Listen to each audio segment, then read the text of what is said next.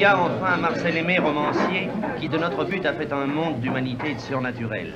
Il y a Marcel Aimé, auteur dramatique, dont Lucienne et le Boucher revivent chaque soir sous les bravos du public parisien. Il y a Marcel Aimé, illustre Montmartrois, qui est l'homme le plus modeste et le plus discret que je connaisse sur la butte et ailleurs. Voici Marcel Aimé.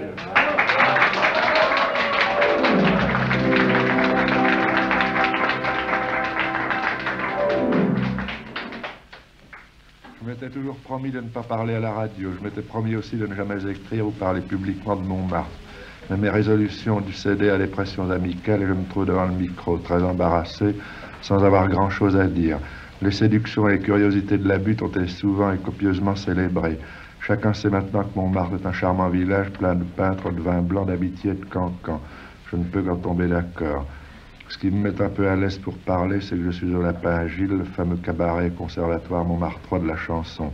Avant de venir, j'étais d'abord passé avenue Junot à l'atelier du peintre Eugène Paul qui peignait, les manches retroussées, l'œil étincelant, à grands coups de pinceau comme s'il se ruait à l'abordage d'un vaisseau.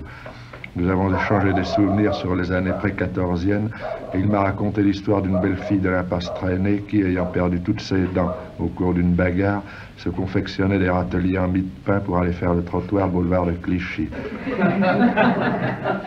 Il faut dire que dans ce temps-là, nous avions du pain blanc. Lesté de ce récit historique, je suis monté sur la place du Tertre. Les touristes buvaient et mangeaient sous les parasols de couleur. Rencontrer des peintres, Crexam, Nalide et Sparbès. Ensemble, nous sommes allés boire un coup chez Georges. Le voisin et concurrent Attilio, seul cafetier de France sorti de l'école des sciences politiques, est venu me provoquer au 421, qui est un jeu de dés réclamant beaucoup de sang-froid et d'intuition. Je l'ai battu facilement car les sciences politiques ne semblent pas l'avoir préparé aux finesses du 421. Et je le crois trop intellectuel pour y réussir jamais. Battu également Charles Favrel, grand journaliste et fameux reporter, mais qui n'a évidemment aucune disposition pour ce jeu subtil.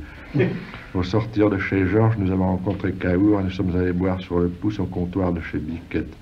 Je pensais avec un peu d'anxiété à mon émission, l'heure approchait. Rue des Saules, Pomme, la grande animatrice des Nuits de la Butte, était à sa fenêtre et regardait le soleil sur les vignes de Montmartre.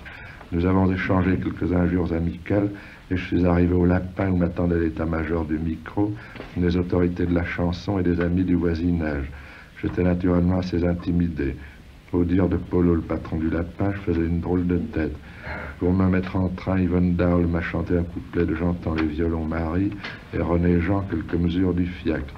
J'étais déjà bien mieux.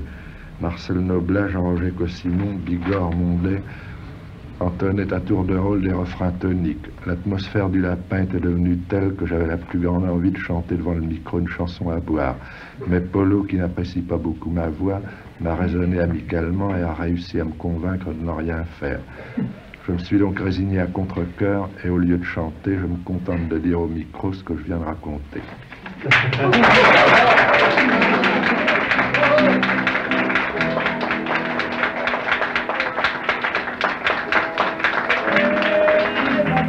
Pour Marcel Aimé, 1, 2, 3.